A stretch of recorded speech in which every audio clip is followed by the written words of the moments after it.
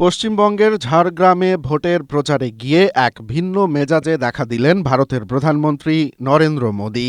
রবিবার রাজকলেজ মোড়ে হঠাৎ করেই হেলিকপ্টারে ওঠার আগে স্বপনলালের স্পেশাল মুড়ির দোকানে ঢুকে পড়েন তিনি।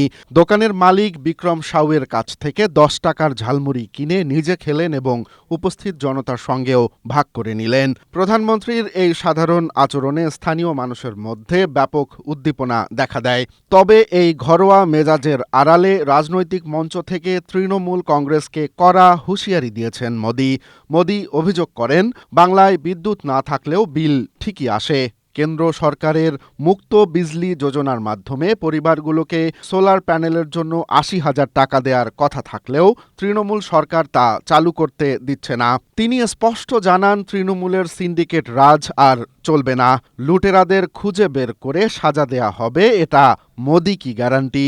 প্রতিবেশী ওড়িশায় হাজার হাজার পরিবার কেন্দ্রীয় প্রকল্পের সুবিধা পেলেও বাংলার মানুষ বঞ্চিত হচ্ছে বলে তিনি দাবি করেন। ঝালমুড়ি খেয়ে সাধারণ মানুষের সাথে মিশে যাওয়ার মাধ্যমে মোদি যেমন নিজের একটি জনবান্ধব ছবি তৈরি করেছেন, তেমনি কড়া ভাষায় স্থানীয় দুর্নীতির প্রসঙ্গ তুলে ভোটারদের মন জয়ের চেষ্টা করেছেন।